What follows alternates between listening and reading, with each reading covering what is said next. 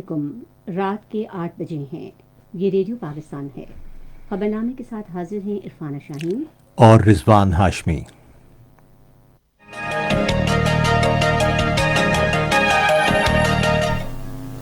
خبرنامے کے ساتھ حاضر ہیں عرفانہ شاہین اور رضوان ہاشمی۔ پہلے اہم خبروں کا خلاصہ۔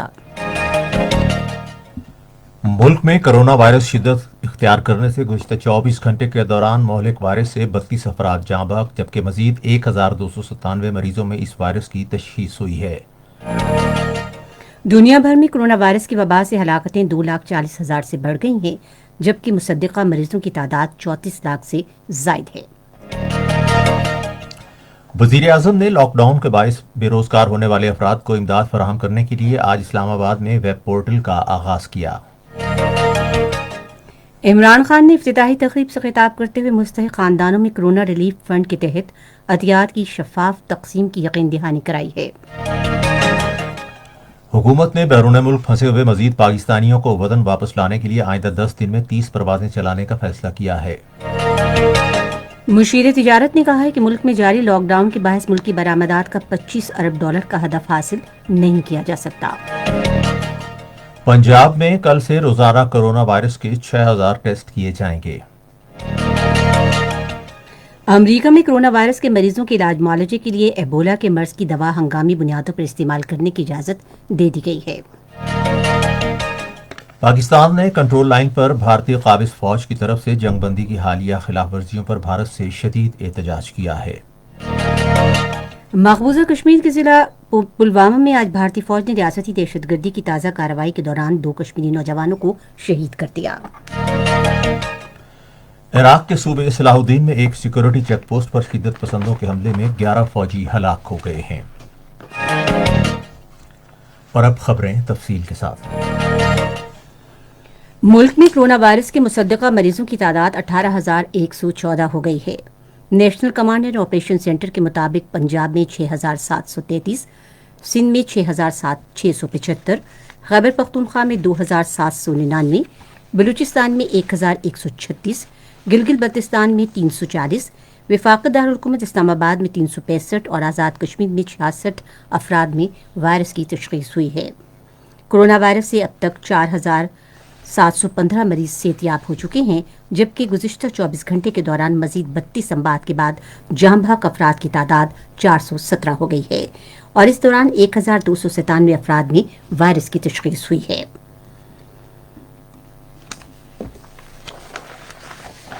دنیا بھر میں کرونا وائرس کی وبا سے ہلاکتیں 2,40,000 سے تجاوز کر گئی ہیں، جبکہ مصدقہ مریضوں کی تعداد 34 لاکھ سے زائد ہے۔ تازہ ترین اعداد و شمار کے مطابق اب تک 10,000 لاکھ سے زائد افراد صحتیاب ہو چکے ہیں۔ امریکہ میں اس وائرس سے اب تک 65,783 ہلاکتیں ہوئی ہیں، جبکہ 10 لاکھ سے زائد افراد میں وائرس کی تشخیص ہوئی ہے۔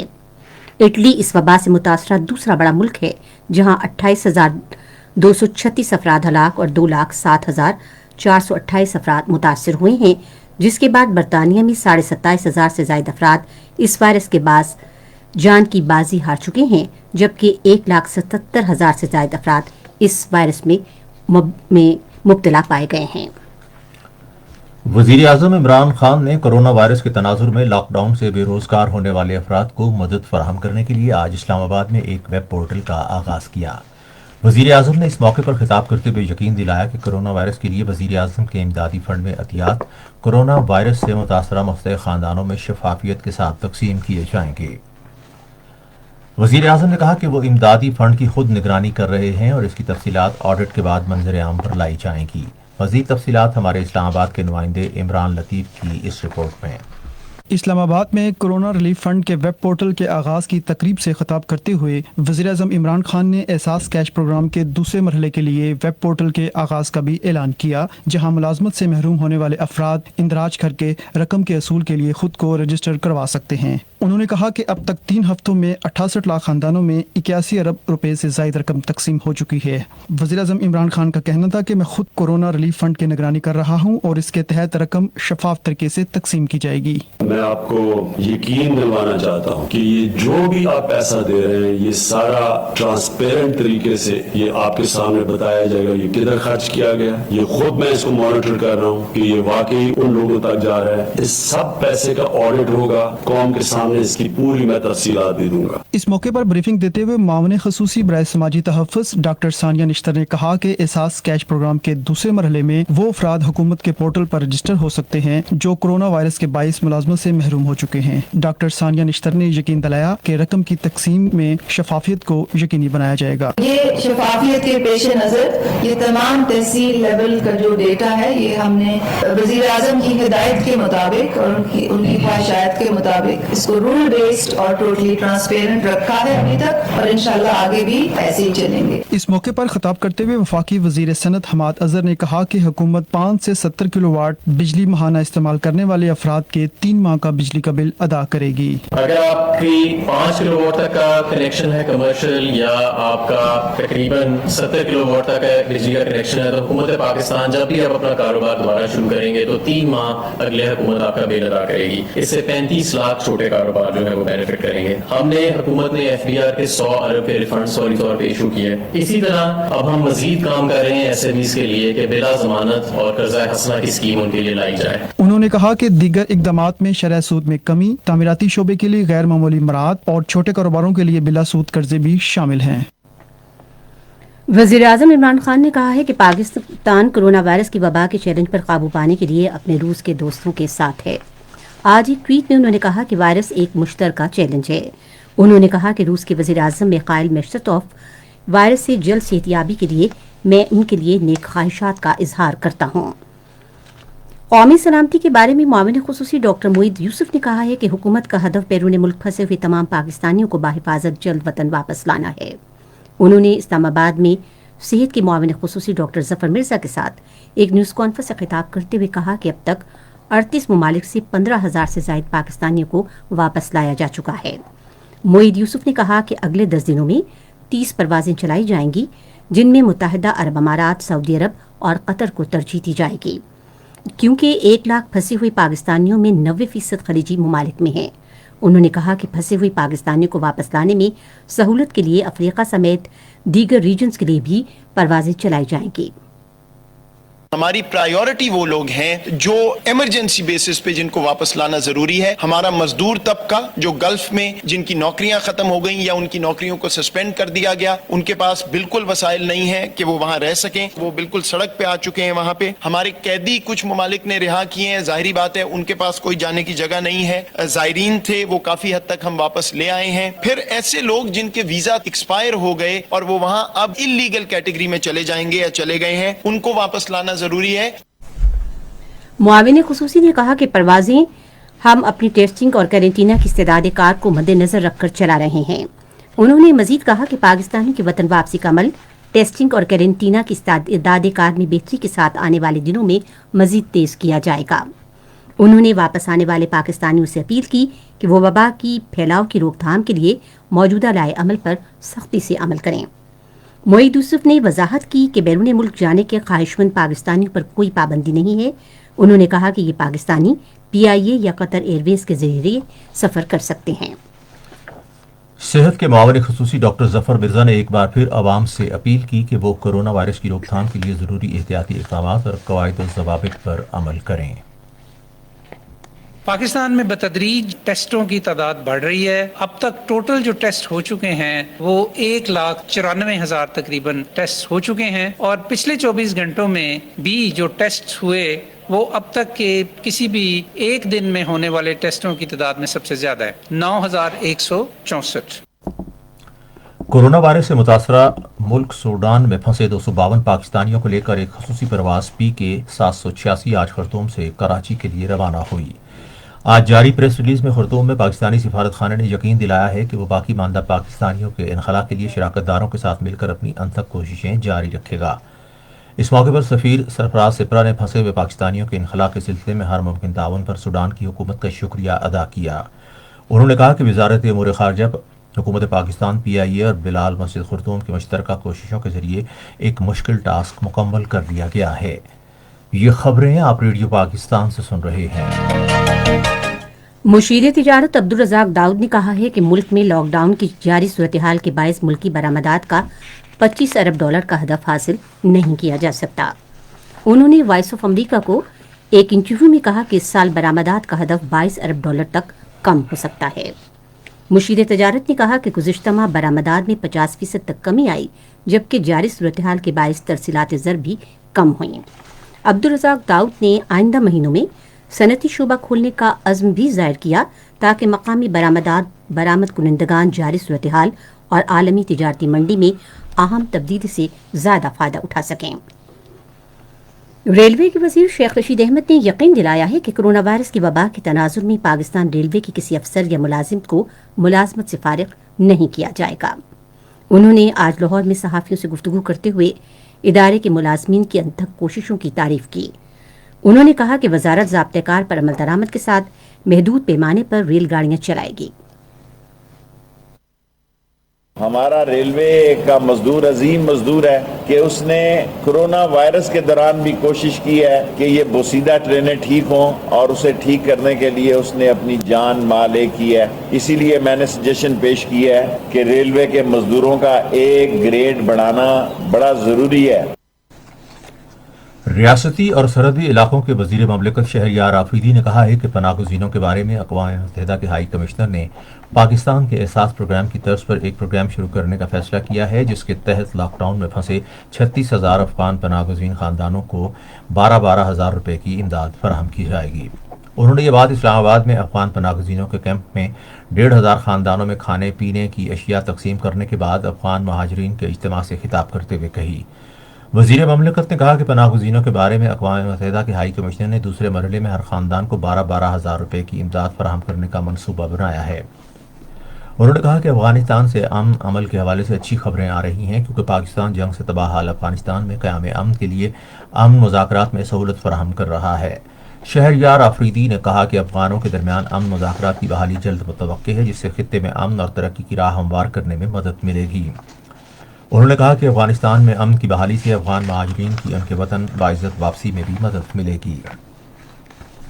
پنجاب کے وزیر اعلیٰ عثمان بزدار نے کہا ہے کہ کل سے صوبے بھر میں کرونا وائرس کے روزانہ 6,000 ٹیسٹ کیے جائیں گے. انہوں نے آج لاہور میں صحافیوں سے گفتگو کرتے ہوئے کہا کہ کرونا وائرس سے بچاؤ کے لیے حفاظتی سامان اور دوسرے آلات پنجاب میں آسانی سے دستیاب ہیں.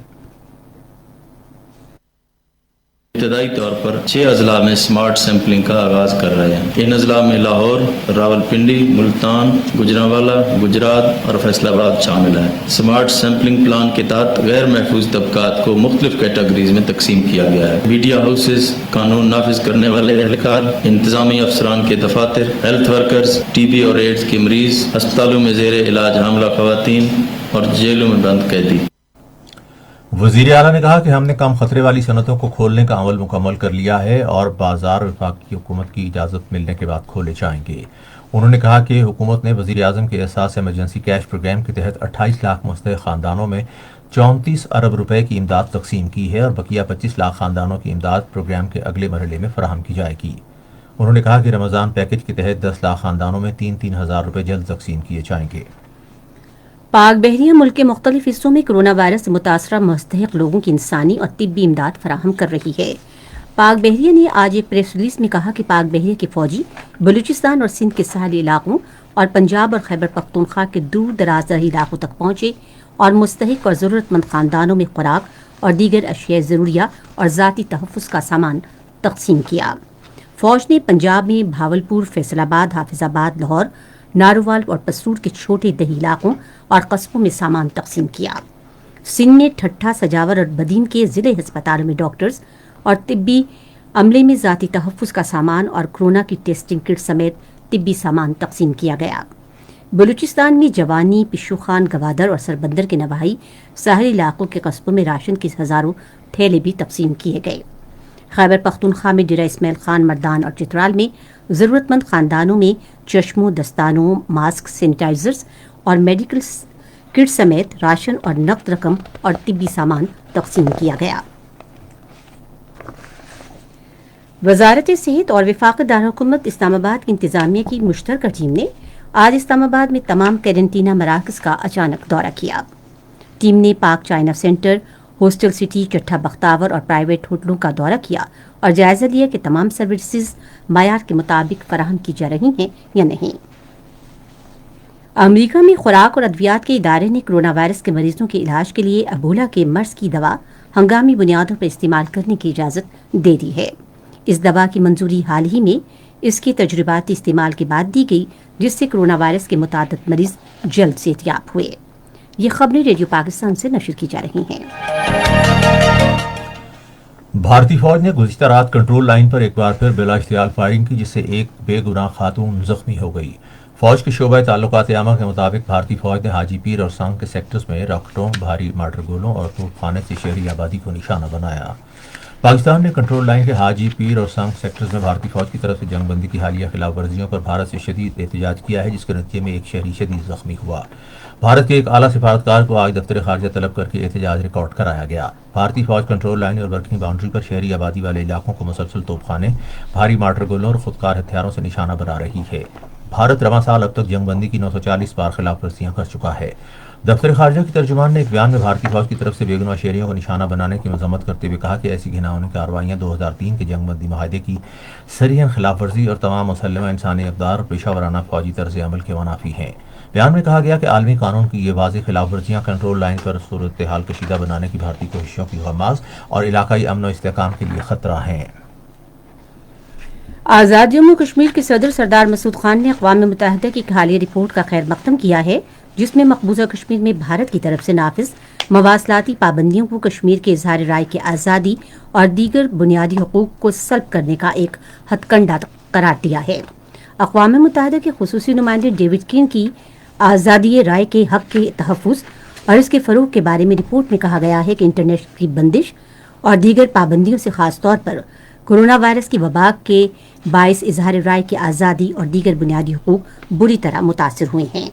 آزاد کشمیر کے صدر نے کہا کہ مقبوضہ کشمیر میں بھارت کے غیر قانونی اقدامات سے اب تک بے نقاب ہو چکے ہیں اور اقوام متحدہ کی طرف سے تیار کی گئی رپورٹ سے مقبوضہ کشمیر کی حقیقی صورتحال کی عکاسی ہوتی ہے۔ آزاد جموں کشمیر کے وزیر اعظم راجہ فاروق حیدر خان نے مقبوضہ کشمیر میں جعلی مقابلوں میں کشمیری نوجوانوں کے قتل پر گہری تشویش کا اظہار کیا ہے۔ آج مظفر آباد میں ایک بیان میں انہوں نے کہا کہ بھارتی قابض افواج مقبوضہ وادی میں کشمیری نوجوانوں کو نشانہ بنانے سے لے کر کورونا وائرس کی وبا سے فائدہ اٹھا رہی ہیں۔ آزاد کشمیر کے وزیر اعظم نے کہا کہ بھارتی حکام کورونا وائرس کے تیز پھیلاؤ کے دوران کشمیریوں کو علاج معالجے کی بنیادی سہولیات سے محروم کر رہے ہیں۔ انہوں نے بھارت کی طرف سے جنگ بندی کی خلاف ورزیوں کو مقبوضہ وادی میں انسانی حقوق کی بگڑتی ہوئی صورتحال سے عالمی توجہ ہٹانے کی ایک کوشش قرار دیا۔ انہوں نے کہا کہ پاک فوج کی جانب سے بھارتی فوج کی بلا اشتعال فائرنگ پر منہ توڑ جواب سے کشمیریوں کا حوصلہ مزید بلند ہوا ہے۔ مقبوضہ کشمیر میں بھارتی فوجیوں نے اپنی ریاستی دہشت گردی کی تازہ کارروائی میں آج ضلع پلوامہ کے علاقے ڈانگرپورہ میں 2 کشمیری نوجوان شہید کر دیے۔ کشمیر میڈیا سروس کے مطابق فوجیوں نے علاقے میں ایک رہائشی مکان بھی بارودی مواد کے ذریعے تباہ کیا۔ علاقے کے لوگوں نے سڑکوں پر نکل کر زبردست بھارت مخالف مظاہرے کیے، انہوں نے آزادی کے حق میں اور بھارت کے خلاف بلند شگاف نعرے لگائے۔ دریاسنا کشمیر میڈیا سروس کے شعبہ تحقیق کی طرف سے آج جاری کی جانے والی ایک تجزیاتی رپورٹ میں کہا گیا ہندو انتہا پسند تنظیم راشٹریہ سوئم سیوک سنگھ کی ایک حمایت یافتہ نریندر مودی کی فسطائی بھارتی حکومت کشمیریوں کو ان کی شناخت اور مادر وطن سے محروم کرنے کے لیے مقبوضہ کشمیر میں اپنے اسرائیلی طرز کے نو آبادی منصوبے کو عملی طور پر مرحلہ وار طریقے سے آگے بڑھا رہی ہے۔ عراق کے صوبے صلاح الدین میں داعش کے شدت پسندوں کے حملے میں 11 فوجی ہلاک ہو گئے۔ پولیس کے مطابق یہ واقعہ دجلہ کے علاقے میں اس وقت پیش آیا جب شدت پسندوں نے ایک چوکی پر حملہ کیا۔ ریڈیو پاکستان آپ سن رہے ہیں ریڈیو خبرنامہ اور اب پیش ہیں کھیلوں کی خبریں۔ پی سی بی کی جانب سے ڈریم پیئرز کی مہم میں سعید انور اور عامر سہیل کو بہترین ٹیسٹ اوپننگ پیئر کا اعزاز مل گیا، جبکہ سعید انور اور ماجد خان دوسرے، سعید انور اور حنیف محمد تیسرے، جبکہ سعید انور کے ساتھ محمد حفیظ چوتھے ڈریم اوپنر پیئر قرار پائے۔ سوشل میڈیا پر 2 روز تک جاری اس سرگرمی میں سابق اور موجودہ کھلاڑیوں سمیت 10 لاکھ افراد نے حصہ لیا اور اپنی فیورٹ اوپننگ جوڑی کا انتخاب کیا۔